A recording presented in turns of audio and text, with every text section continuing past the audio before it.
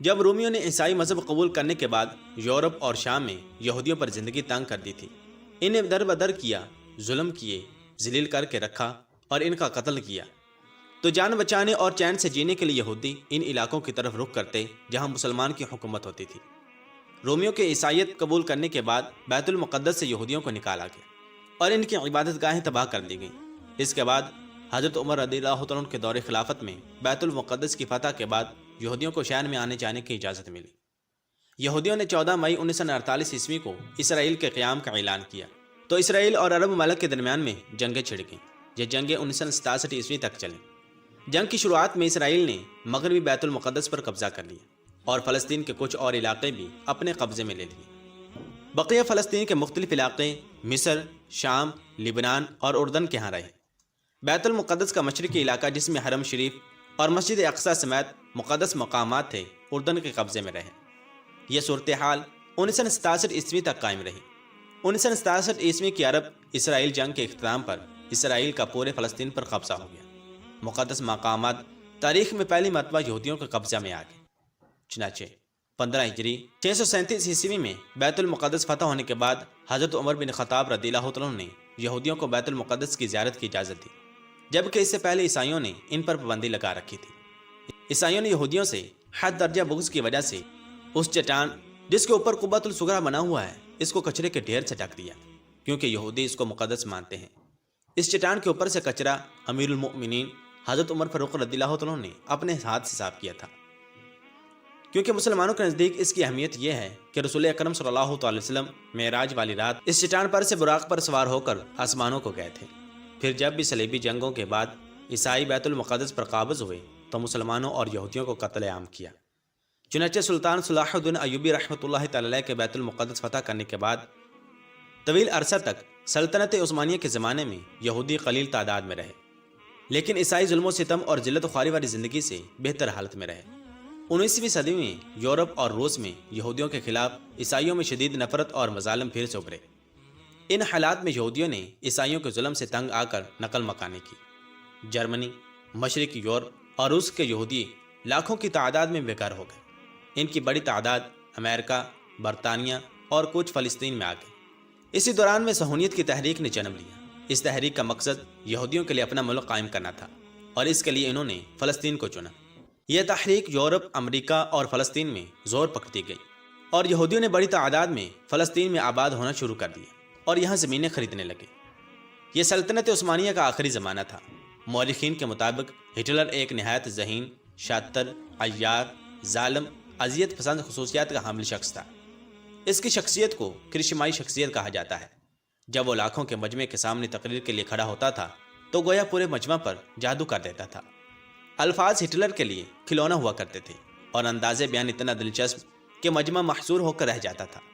Hitler کی مقبولیت کی بنیاد اس کی پارٹی کے نظریات تھے اور آئندہ چل کر انہیں نظریات کی بنا پر نہ صرف جرمنی کے 2 ٹکڑے ہوئے بلکہ تاریخ انسانی کی بدترین شخصیتوں میں ہٹلر کا شمار ہوا۔ آج بھی جس طرح مسلمانوں میں یزید کا نام ایک لعنت سمجھا جاتا ہے، مغربی اقوام کے لیے ہٹلر کا نام اسی طرح لعنت تسلیم کیا جاتا ہے۔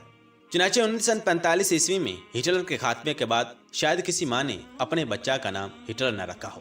میں نے 60 لاکھ یہودیوں کو قتل کر کے صرف 600 کو کیوں چھوڑا؟ ہٹلر نے پورے 60 لاکھ یہودیوں کو قتل کرنے کے بعد صرف 600 یہودیوں کو چھوڑا اور کہا، میں ان 600 یہودیوں کو اس لیے چھوڑ رہا ہوں تاکہ آنے والی نسل جان لے کہ میں نے یہودیوں کو پوری طرح ختم کرنے کی کوشش کیوں کی اور آخر یہ یہودی کیسے ساری دنیا کے لیے ایک ناسور ہے۔ ناظرین گرامی، کیا آپ جانتے ہیں کہ آخر ہٹلر کیوں یہودیوں سے اتنی نفرت کرتا تھا؟ یہ وہ سوال ہے جو ہر انسان جاننے کی کوشش کرتا ہے۔ یہ حقیقت ہے کہ ہٹلر نے سبھی یہودیوں کو جرمنی میں بلا کر قتل کیا تھا، لیکن وہ خود جرمنی کا رہنے والا نہیں تھا، بلکہ اس کی پیدائش جرمنی کے پڑوسی ملک ہنگری میں ہوئی تھی۔ ہٹلر اپنے دھرم سے عیسائی تھا، لیکن اس کا باپ یہودی تھا۔ ہٹلر اپنے باپ سے بہت زیادہ نفرت کرتا تھا، کیونکہ ہٹلر کی ماں ایک خوبصورت عیسائی لڑکی تھی کہ جسے ہٹلر کے یہودی باپ نے زبردستی اپنے پاس رکھا ہوا تھا اور وہ اس پر بے حد ظلم ڈھاتا تھا، ہر وقت مارتا پیٹتا۔ ہٹلر بچپن سے ہی اپنے یہودی باپ کی انہی حرکتوں کی وجہ سے اس سے نفرت کرنے لگا تھا، اس لیے ہٹلر کو یہودیوں سے بھی ایک خاص نفرت تھی۔ ہٹلر نے بچپن سے ہی بہت زیادہ غریبی دیکھی تھی۔ وہ جب تھوڑا سا بڑا ہوا تو اس نے جرمنی کی فوج میں بھرتی ہونا چاہا، لیکن اسے فوج میں جگہ نہ ملی کیونکہ اس کی صحت بہت کم تھی۔ فوج کے کمانڈر نے ہٹلر کو یہ کہہ کر فوج سے واپس کر دیا کہ تم تو ایک بندوق بھی نہیں اٹھا سکتے، فوج میں داخل ہونا تو دور کی بات ہے۔ لیکن آگے کچھ کرنا ایسا ہوا کہ جب جرمنی پر آس پاس کے کچھ ملکوں نے حملہ کیا اور وہاں کے حالات بگڑے تو مجبور ہو کر جرمنی کے فوج کے کمانڈر نے ہر طرح کے لوگوں کو فوج میں داخل کرنا شروع کر دیا، اور انہی مشکل حالات میں ہٹلر بھی جرمنی کی فوج میں داخل ہو گیا۔ ہٹلر نے ایک لمبے زمانے تک جرمنی کی فوج میں کام کیا اور بعد میں اپنی ہی ایک خاص پارٹی بنا کر حکومت کے خلاف ہو گیا، اور پھر دھیرے دھیرے حکومت کے تخت پر جا بیٹھا۔ ہٹلر بچپن سے دیکھتا آیا تھا کہ یہودی قوم کسی کے ہمدرد نہیں ہوتے، وہ چاپلوسی اور دھوکہ دڑی میں سب سے آگے رہے ہیں۔ اسی لیے حکومت ہاتھ آتے ہی اس نے جرمنی کے لوگوں کو یہودیوں کے خلاف بھڑکانا شروع کر دیا، اور آخر میں ایسا ماحول بنا دیا کہ پورے جرمنی کے عیسائی لوگ یہودیوں کے کٹر دشمن بن گئے۔ جب ہٹلر نے دیکھا کہ اس کے اپنے جرمنی کے لوگ اس کی ہاں میں ہاں ملاتے ہیں اور اسے اپنا ہی سب سے بڑا لیڈر سمجھتے ہیں، تو اس نے ایک قانون پاس کیا کہ اب اس وقت پوری دنیا میں جتنے یہودی ہیں ان سبھی کی نسل کو پوری طرح ختم کر دیا جائے، تاکہ دنیا یہودیوں کی گندگی سے پاک ہو جائے۔ کیونکہ ہٹلر یہودیوں کی پوری تاریخ جانتا تھا، اسے پتا تھا کہ ان یہودیوں نے ہمارے نبی حضرت عیسیٰ علیہ السلام کو سولی پر چڑھانے کے لیے مہم چلائی تھی، لیکن اللہ تبارک و تعالیٰ نے حضرت عیسیٰ علیہ السلام کو صحیح سلامت زندہ آسمان پر اٹھا لیا تھا، اور ان کی جگہ کسی اور کو سولی پر لٹکا دیا گیا تھا۔ اور ان یہودیوں نے ہزاروں نبیوں کو قتل کیا تھا، اور ہمیشہ سے یہ یہودی لوگوں پر ظلم اٹھاتے آئے ہیں۔ اس لیے ہٹلر کے ایک حکم پر ساری جرمنی کے عیسائی لوگ اس کے فیصلے کے لیے تیار ہو گئے۔ لیکن اب سب سے بڑا مسئلہ یہ تھا کہ پورے جرمنی میں 60 لاکھ سے زیادہ یہودی تھے، اور ادھر ادھر علاقوں میں بھی جو یہودی بچے تھے انہیں بھی بہانے سے جرمنی بلا لیا گیا تھا۔ لیکن اب اگر ایک ساتھ 60 لاکھ یہودیوں کو قتل کیا جاتا تو آخر اتنی بہت سی لاشوں کو کیا کیا جاتا؟ تو بہت سوچا بچار کے بعد ہٹلر کے اپنے لوگوں نے یہ طریقہ نکالا کہ ہم ان سبھی یہودیوں کو بہت بے دردی کی موت دیں گے اور ان کے جسم کو گلا کر اسے اپنے کھیتوں کے لیے کھاد بنا لیں گے۔ آخر اسی فیصلے پر عمل کیا گیا۔ ایک بہت بڑی فیکٹری بنائی گئی کہ جس میں الگ الگ سیکشن رکھے گئے۔ اب ہٹلر کے حکم پر ہزاروں یہودیوں کو ایک ساتھ پکڑا جاتا، اور پھر اسی فیکٹری میں لے جا کر سب سے پہلے ان سبھی کے کپڑے اتار لیے جاتے تاکہ ان کپڑوں کو جرمنی کے لوگ استعمال میں لا سکیں، اور پھر سبھی کو ننگا کر کے اگلے سیکشن کی طرف دوڑا دیا جاتا۔ اگلے سیکشن میں جا کر ان سبھی یہودیوں کے سروں کے بال کاٹ لیے جاتے، یہاں تک کہ ہٹلر کے حکم پر عورتوں کے بھی بال کاٹ لیے جاتے تاکہ ان سے جرمنی کے لوگ اپنے بستر بنا سکیں۔ اتنا کرنے کے بعد ان سبھی یہودیوں کو اگلے سیکشن کی طرف دوڑا دیا جاتا۔ اگلے سیکشن میں پہنچتے ہی ان کے اوپر اچانک ایسے کیمیکل ڈالے جاتے کہ وہ سبھی بہوش ہو جاتے، اور پھر ان سبھی کے جسموں کو ایک مشین کے اندر ڈال دیا جاتا۔ اس مشین میں بہت تیز تیزاب اور الگ الگ طریقے کے کیمیکل موجود ہوتے۔ ان بے ہوش یہودیوں کو جیسے اس مشین میں ڈالا جاتا تو آدھے گھنٹے کے اندر 1000 سے زیادہ یہودیوں کا جسم پوری طرح گل کر کالے کھولتے ہوئے پانی کی طرح دوسری طرف سے نکلتا، اور پھر اس کالے پانی کو بھی یہ جرمنی کے لوگ اپنے کھیتوں میں کھاد بنانے کے لیے استعمال کرتے۔ ہٹلر کے حکم پر اسی طرح یہودیوں کے جسم کو کیمیکل اور تیزاب سے پگھلا کر پوری طرح ختم کر دیا جاتا، اور پھر ان کے جسم سے بننے والے کالے ایسڈ کو کھیتوں کے لیے کھاد بنانے میں استعمال کیا جاتا۔ اسی طرح ہٹلر نے پورے 60 لاکھ یہودیوں کو قتل کروا دیا۔ آخر میں اس نے صرف 600 یہودیوں کو چھوڑا اور کہا کہ جاؤ اے یہودیوں، میں تمہیں اس ملک سے بھاگنے کی اجازت دیتا ہوں۔ چنانچہ جب کسی نے ہٹلر سے پوچھا کہ آخر تم نے 60 لاکھ یہودیوں کو قتل کرنے کے بعد ان 600 یہودیوں کو زندہ کیوں چھوڑ دیا ہے، تو ہٹلر کا بہت مشہور جواب جو کتابوں میں لکھا ہے، اس نے کہا کہ میں ان 600 یہودیوں کو اس لیے چھوڑ رہا ہوں تاکہ آنے والی نسل جان سکے کہ آخر میں نے 60 لاکھ یہودیوں کو کیوں قتل کروایا تھا، اور یہ ظالم قوم دنیا کے لیے کیسے ایک ناسور تھی۔ ناظرین محترم، یہودیوں کی تاریخ اٹھا کر دیکھ لیں، انہوں نے ہمیشہ سے لوگوں پر ظلم ڈھائے ہیں۔ اسی لیے تاریخ میں یہودیوں پر جب بھی کوئی عیسائی بادشاہ بنا تو اس نے اپنے ملک کے یہودیوں کو چن چن کر قتل کروایا، کیونکہ یہ یہودی اپنے ملک میں رہتے ہوئے بادشاہ کے خلاف سازشیں کرتے اور اسے ہٹانے کی کوشش میں لگے رہتے تھے۔ آج پوری دنیا میں یہودیوں کی تعداد بہت کم ہے، کیونکہ یہ قوم ایسی ہے کہ اس میں کوئی تبدیل ہو کر یہودی نہیں بن سکتا۔ مطلب یہ کہ جیسا کہ کوئی غیر مسلم اگر مسلمان بننا چاہے تو اسلام میں اس کی اجازت ہے، یا کوئی عیسائی بننا چاہے تو ان کے مذہب میں بھی اس کی اجازت ملتی ہے۔ مطلب دنیا کے ہر مذہب میں تبدیل ہو کر دوسرے مذہب کو اپنانے کی پوری اجازت ملتی ہے، لیکن یہودی مذہب بالکل بھی ایسا نہیں، کیونکہ اس میں اگر کوئی بھی تبدیل ہو کر یہودی بننا چاہے تو وہ یہودی نہیں بن سکتا، بلکہ یہودی وہی بن سکتا ہے جو صرف اور صرف یہودی نسل سے ہو۔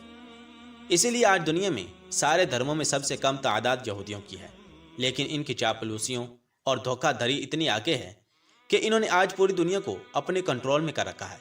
ہر ملک کی جی ڈی پی کو ایسا جکڑ رکھا ہے کہ اگر کوئی بھی ملک ان کے خلاف کھڑا ہوگا تو اس ملک کی کرنسی کو اتنا گرا دیں گے کہ وہاں کھانے پینے کے لیے بھی لالے پڑ سکتے ہیں۔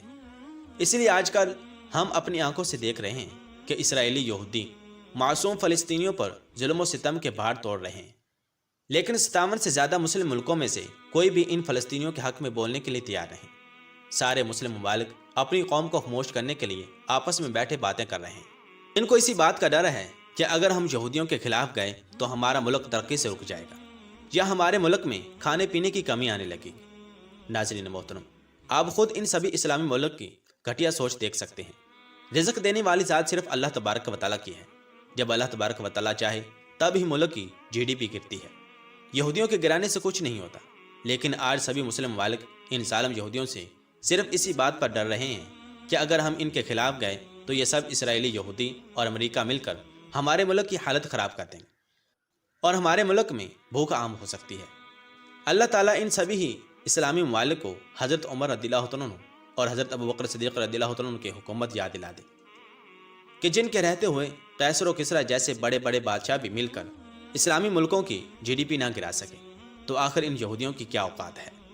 اللہ تبارک و تعالیٰ تمام فلسطینیوں کی حفاظت فرمائے، ان پر ہونے والے ظلم کو ختم کر دے اور اسرائیل کا وجود اس دھرتی سے مٹا دے تاکہ دھرتی سے ظلم کا خاتمہ ہو جائے۔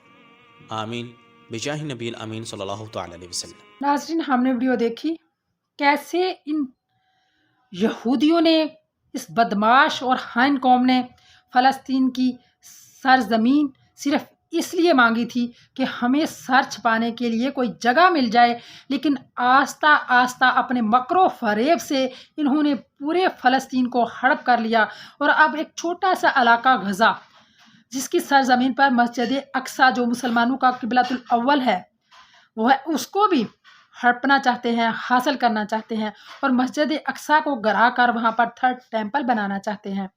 اور پھر دجال جو ان کا مسیحا ان کے پاس آیا تھا حضرت عیسیٰ علیہ السلام کی شکل میں، حضور اکرم صلی اللہ علیہ وآلہ وسلم، لیکن ان لوگوں نے ان کا انکار کیا۔ اب یہ دجال کے پیروکار بنیں گے اور دنیا میں تو یہ ذلیل ہو رہے ہیں، آخرت میں بھی ان کا کچھ حصہ نہیں ہے۔